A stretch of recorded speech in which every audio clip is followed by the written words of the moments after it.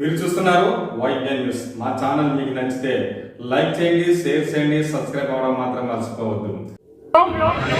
ముఖ్యంగా యువతలో మాదక ద్రవ్యాల దుర్వినియోగం పెరుగుతోందని మరియు ఇది ఆందోళన కలిగించే విషయమని మేము గ్రహించాము.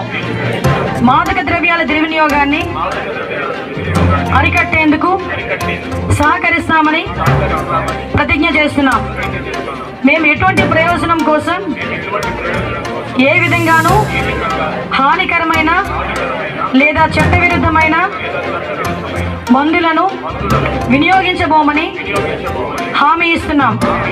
ప్రతి వ్యక్తిని, ముఖ్యంగా యువతను ప్రోత్సహించడం ద్వారా మాదక ద్రవ్యాల దుర్వినియోగం యొక్క దుష్ప్రభావాల గురించి మేము అవగాహన కల్పిస్తాం. తద్వారా భారతదేశంలోని యువత మాదక ద్రవ్యాల రహితంగా జీవించగలరు మరియు వారు సమాజంలో సృజనాత్మకత మరియు ముఖ్యమైన సభ్యులుగా మార్చవచ్చు.